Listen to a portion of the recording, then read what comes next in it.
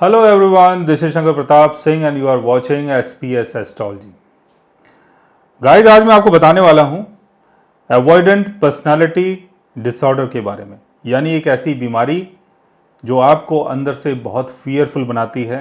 जब भी आप कहीं पर जाने के बारे में सोचते हैं, किसी मीटिंग में, किसी पार्टी में, किसी शादी के फंक्शन में, तो आपको अंदर से फियर महसूस होता है। आपको ये लगता है कि कहीं ऐसा ना हो कि जहाँ मैं जा रहा हूँ वहाँ पर कोई मेरी इंसल्ट कर दे, कोई मेरी बुराई कर दे,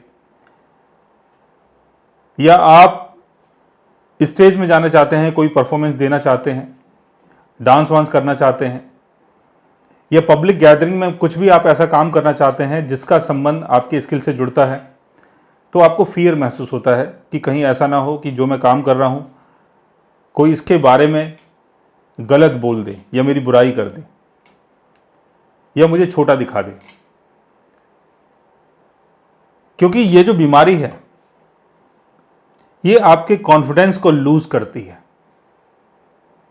आप ज्यादा कॉन्फिडेंट फील नहीं करते।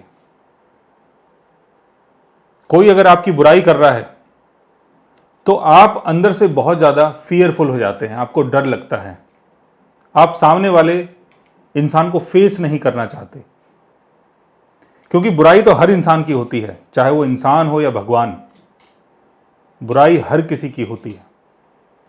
लेकिन कुछ लोग बहुत ही बोल्ड होते हैं, कुछ लोग सामने वाले को प्रॉपर जवाब देते हैं, लेकिन आप यहां पर जवाबदारी से बचते हो। तो इसके चक्कर में क्या होता है कि जो भी आपके संबंध हैं, चाहे वो हस्बैंड वाइफ का हो, गर्लफ्रेंड बॉयफ्रेंड का हो, गुरु और शिष्य का हो, या कोई भी पब्लिक गैदरिंग हो, कोई भी दोस्ती यारी या कोई भी पब्लिक गैदरिंग, तो उन सब चीज़ों को आप प्रॉपर तरीके से मैनेज नहीं कर पाते।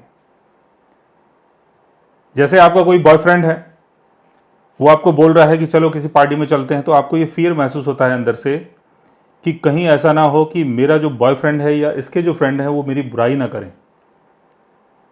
जब हम लोग मिलेंगे तो कहीं ऐसी कोई चीज़ ना हो जाए कि जिसके चक्कर में वो मेरी बुराई करना शुरू कर दें, कि मेरे बाल अच्छे नहीं हैं, या मेरे कपड़े अच्छे नहीं हैं, या मुझे अच्छे से बोलना नहीं आता, या मेरी नॉलेज ठीक नहीं है।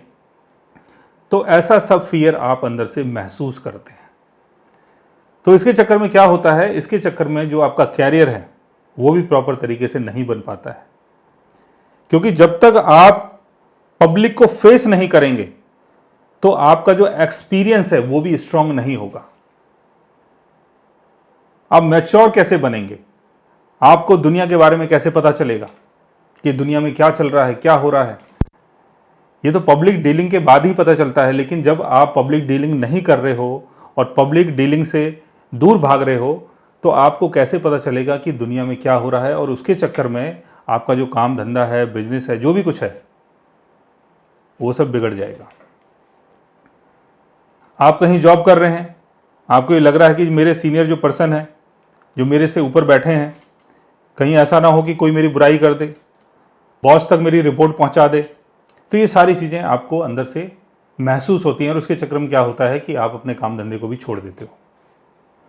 और ये बीमारी बहुत सारे लोगों के अंदर है। कुछ लोगों को तो अपनी बीमारी के बारे में पता है और कुछ लोगों को पता ही नहीं है कि उनको ये बीमारी है। तो जो चीज़ें मैंने आपको बताई है, अगर आप भी अंदर से कुछ ऐसा महसूस करते हैं तो आप अपने डॉक्टर से कंसल्ट करें, उनको दिखाएं। हो सकता है कि आप भी इसी बीमारी के शिकार हों। और इसके पीछे की वजह क्या है? क्या कोई ऐसी प्लेनेटरी पोजीशन होती है जिसके कारण हमें ऐसा महसूस होता है, जिसके कारण हमें कोई भी बुराई बहुत ज़्यादा लगती है, कारण हम पब्लिक को फेस नहीं कर पाते हैं, हमें डर लगता है? इसको जानने के लिए आपको अपने बर्थ चार्ट को देखना होगा। अगर आपके बर्थ चार्ट में आपके फर्स्ट हाउस यानी एसेंडेंट का लॉर्ड अगर वीक हो जाता है, कंबस्ट हो जाता है, तब आपके अंदर ये बीमारी हो सकती है कि आप पब्लिक को फेस ना कर पाओ। अगर आपके बर्थ चार्ट में सन और मून की प्लेसमेंट अगर बिगड़ जाती है, मून अगर कंबस्ट हो जाता है, या मून अगर अपने डैबिलिटेशन में होता है, या सन अगर अपने डैबिलिटेशन में होता है और राहु, शनि और केतु के साथ होता है, तब भी आपके साथ ये सारी चीजें हो सकती हैं।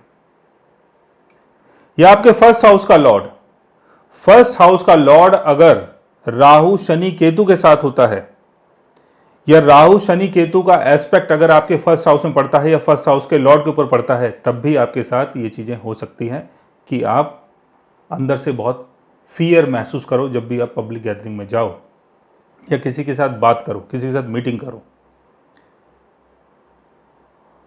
तो आपको क्या देखना है अपने बर्थ चार्ट में? आपको अपने बर्थ चार्ट में एक तो आपके फर्स्ट हाउस को देखना है, फर्स्ट हाउस के लॉर्ड को देखना है, और सन और मून की प्लेसमेंट को देखना है। सन अगर अपने डैबिलिटेशन में है, मून अगर अपने डैबिलिटेशन में है, या मून अगर कंबस्ट हो गया है, राहु शनि केतु के साथ है, या राहु शनि केतु का मून या सन के ऊपर एस्पेक्ट पड़ रहा है, या आपके फर्स्ट हाउस के ऊपर राहु शनि केतु का एस्पेक्ट पड़ रहा है, या फर्स्ट हाउस का लॉर्ड अगर कंबस्ट हो गया है, राहु शनि केतु के साथ है, 6th हाउस में है, 8th हाउस में है, 12th हाउस में है, वीक पोजीशन में है, तब आपको ये सारी बीमारियां हो सकती हैं।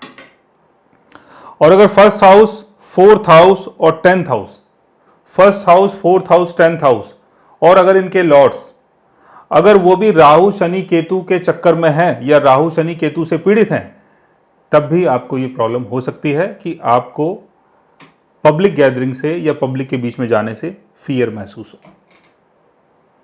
तो शनि, राहु और केतु, इन तीनों को देखना बहुत जरूरी है।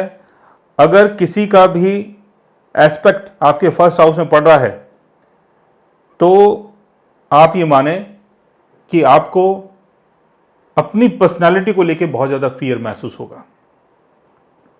आपको ये लगेगा कि मेरे बाल अच्छे नहीं हैं, मैं देखने में अच्छा नहीं हूं, या मैं अच्छे तरीके से बात नहीं करता हूं, या मेरे कार्यक्रम अच्छे नहीं हैं। तो ये सारी चीजें आप अंदर से महसूस करते हैं। तो इसके चक्कर में आप पब्लिक गैदरिंग से या पर्सनल मीटिंग से बचते हैं। सो गाइस, आज मैंने आपको बताया अवॉइडेंट पर्सनैलिटी डिसऑर्डर के बारे में। अगर आप भी जानना चाहते हैं किसी ऐसी प्रॉब्लम के बारे में, तो उसके लिए आप हमारे चैनल को सब्सक्राइब कर सकते हैं। और अगर आप हमसे बात करना चाहें, कंसल्ट करना चाहें, पर्सनली हमसे मिलना चाहें, तो आप हमारी वेबसाइट के थ्रू हमें मेल कर सकते हैं, मैसेज कर सकते हैं, और गाइस आप हमसे बात भी कर सकते हैं। So guys, take care, love you all and good bye.